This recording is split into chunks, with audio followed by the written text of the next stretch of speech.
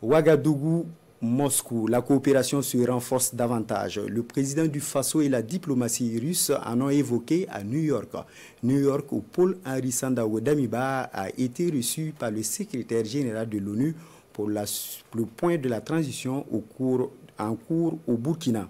En plus de ces audiences, donc, le chef de l'État burkinabé s'est entretenu avec le général des Nations Unies pour l'Afrique.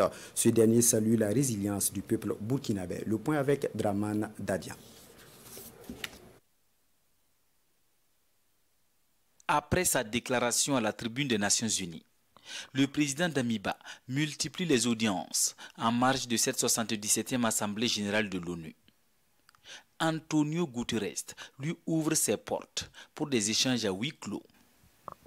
Et de la substance des échanges, il s'est essentiellement agi et de faire le point à mi-parcours de la transition et faire le déroulé des actions prioritaires du moment et aussi solliciter l'accompagnement des Nations Unies qui est quand même la structure phare au niveau mondial.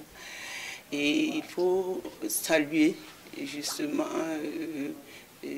l'acceptation par le secrétaire général justement du bien fondé de ce que la transition a comme priorité et aussi l'engagement qu'il a pris justement d'accompagner la transition. Le gouvernement de la transition a su gagner la confiance des Nations Unies, fort de Mohamed Salem Anadif, secrétaire général des Nations Unies pour l'Afrique de l'Ouest et le Sahel.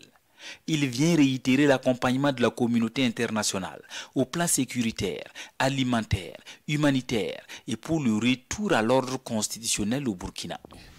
Un certain temps, les choses se sont accélérées dans le sens positif au Burkina. Maintenant, nous avons une visibilité pour ce qui est de la transition. Un délai a été convenu avec la CEDEAO.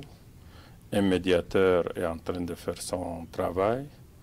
Sur le terrain également, les choses commencent à s'améliorer. Et donc, nous sommes venus d'abord encourager le chef de l'État pour la façon dont il gère le pays, lui dire que les Nations Unies sont toujours à ses côtés.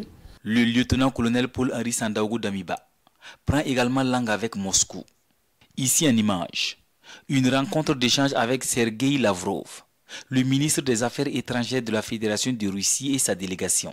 C'est un pays avec lequel le Burkina Faso a une coopération vieille de 50 ans, disons.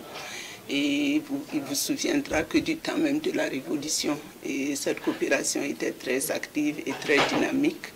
Et actuellement, il y a eu en tout cas le souhait de davantage renforcer cette coopération-là et la porter à un niveau qui sera vraiment mutuellement bénéfique.